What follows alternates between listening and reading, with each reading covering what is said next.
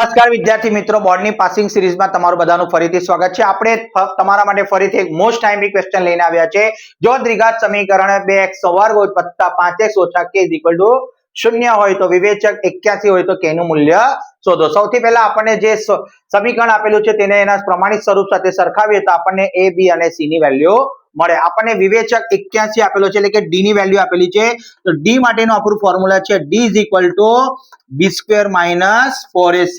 તો તમારે યાદ રાખવાનું છે કે ભાઈ બે બેડરૂમમાં 4 ac હોય તો સારા ડ્રીમ આવે, માટે d ની વેલ્યુ કેટલી છે 81, b² b ની વેલ્યુ 5 નો વર્ગ 4, a ની વેલ્યુ 2 અને c ની વેલ્યુ -k બાય 81। 5 નો વર્ગ કેટલો 25, આનો multiply minus minus plus 8k। 25 ને આપણે રાઈટ થી લેફ્ટ લઈ જઈએ તો પ્લસ છે તો શું થશે માઇનસ ઇક્વલ ટુ 8k।